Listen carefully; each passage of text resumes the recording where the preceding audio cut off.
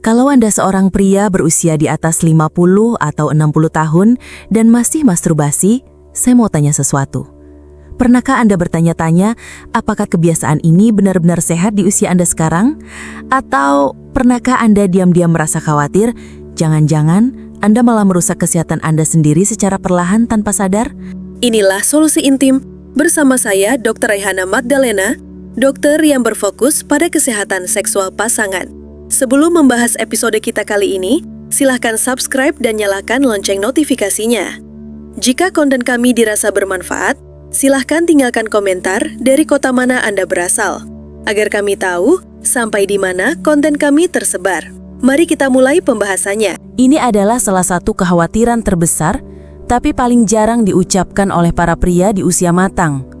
Dan setelah saya mempelajari data dan penelitian yang ada, saya paham kenapa banyak pria bingung. Faktanya, banyak pria di atas usia 60 yang masih melakukan masturbasi. Tetapi, banyak juga yang melakukannya tanpa tahu benar dampaknya pada hormon, prostat, atau bahkan performa seks bersama pasangan. Karena itu, hari ini saya ingin kita bicara terus terang berdasarkan ilmu pengetahuan yang terbaru.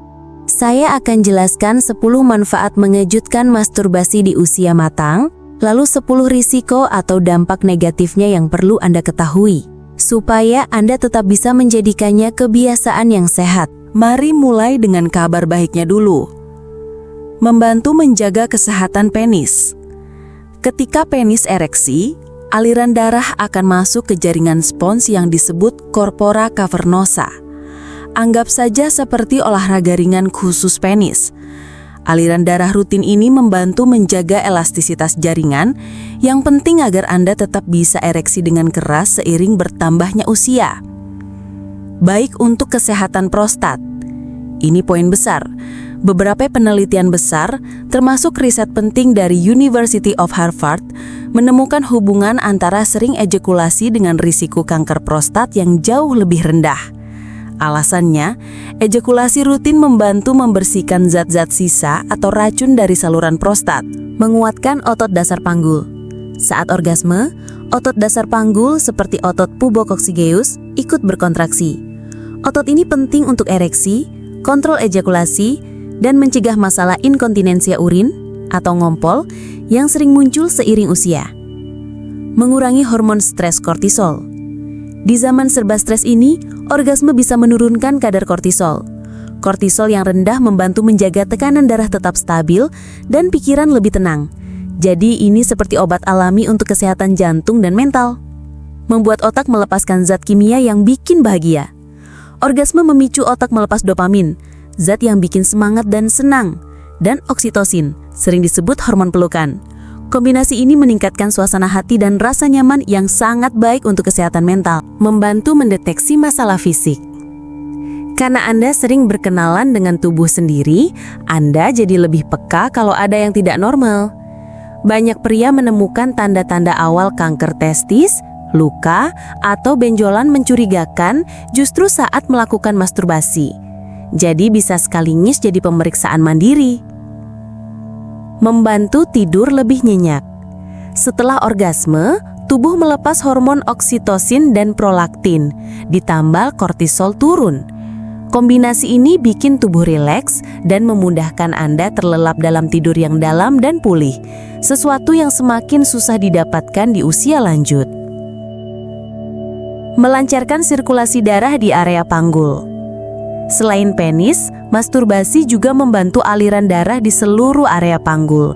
Ini mendukung kesehatan kandung kemih, prostat, dan otot sekitar panggul, sehingga mencegah masalah akibat sirkulasi darah yang buruk. Bisa jadi sarana latihan kontrol ejakulasi. Bagi pria yang suka mengalami ejakulasi dini, masturbasi bisa jadi ruang latihan. Anda bisa mencoba teknik stop-start untuk belajar membaca sinyal tubuh dan mengendalikan kapan mau ejakulasi. Manfaatnya bisa terasa saat bercinta dengan pasangan. Menjaga gairah dan jalur saraf seksual tetap aktif. Otak adalah organ seksual terbesar. Dengan rutin merangsang diri dan berfantasi, Anda menjaga jalur saraf yang berhubungan dengan gairah tetap aktif. Ini membantu menjaga libido tetap hidup, meski mungkin tidak punya pasangan tetap. Tapi, jangan cuma fokus ke sisi baiknya. Supaya tetap sehat, Anda perlu paham risikonya juga. Ini dia 10 risiko atau dampak negatif yang perlu Anda perhatikan. Isolasi sosial. Masturbasi jadi masalah kalau sampai membuat Anda menarik diri dari hubungan nyata. Maksudnya, kalau masturbasi bukan lagi pelengkap kehidupan seks sehat, tetapi malah menggantikan keintiman dengan manusia lain.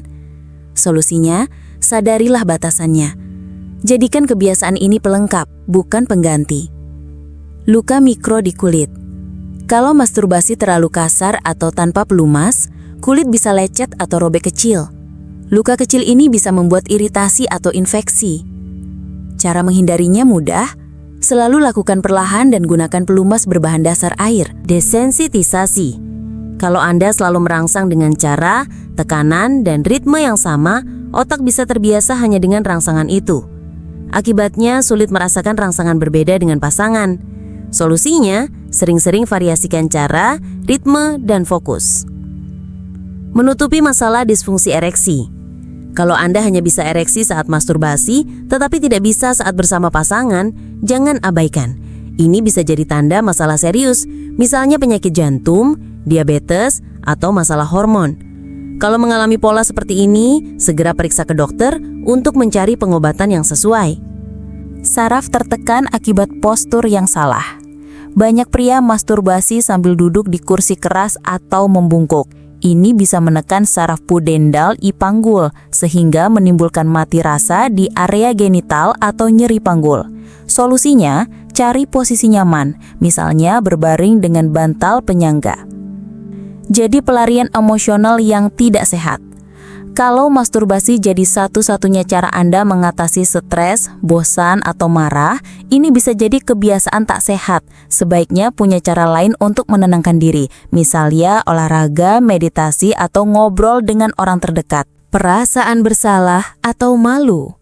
Banyak pria dibesarkan dengan norma agama atau budaya yang membuat masturbasi seolah tabu atau kotor. Kalau perasaan ini bikin Anda tertekan, cobalah bicara dengan konselor atau terapis yang berpikiran terbuka, supaya bisa melihat kebiasaan ini secara lebih netral. Kongesti panggul. Kalau terlalu sering ejakulasi, misalnya berkali-kali dalam sehari dalam waktu lama, bisa memicu rasa berat atau nyeri di testis atau panggul. Solusinya sederhana, dengarkan tubuh Anda, praktikan dengan wajar. Kualitas sperma bisa turun sementara. Kalau Anda sedang berusaha punya anak, sering ejakulasi setiap hari bisa membuat konsentrasi sperma menurun sementara. Ini tidak merusak kesuburan jangka panjang. Tapi untuk kualitas optimal, para ahli menyarankan jeda 2-5 hari. Terputus dari kenyataan karena pornografi. Kalau masturbasi selalu bergantung pada pornografi yang ekstrim atau tidak realistis, Anda bisa punya ekspektasi seks yang tidak sesuai dengan kenyataan. Solusinya, imbangi dengan imajinasi Anda sendiri atau pengalaman nyata yang positif. Jadi, seperti yang Anda lihat, masturbasi setelah usia 60 bukan cuma soal baik atau buruk. Ini hanyalah alat, dan seperti alat lainnya, hasilnya tergantung bagaimana Anda menggunakannya. Kunci utamanya adalah kesadaran. Kalau dilakukan dengan sadar, menghargai tubuh, dan dalam batas yang wajar, masturbasi justru bisa menjadi teman yang mendukung kesehatan dan vitalitas Anda. Akhirnya, kita sudah berada di ujung pembahasan materi kita kali ini. Silakan Anda jelajahi konten-konten kami yang lain, agar wawasan Anda tentang gaya, posisi, komunikasi dengan pasangan semakin bertambah, dan hubungan Anda di kala malam tetap romantis dan bahagia. Jika Anda merasa materi kesehatan seksologi ini dapat bermanfaat untuk orang lain yang juga memiliki keingintahuan yang besar seperti Anda, silahkan bagikan. Anda akan menanam satu kebaikan yang akan berdampak pada kebahagiaan pasangan lain.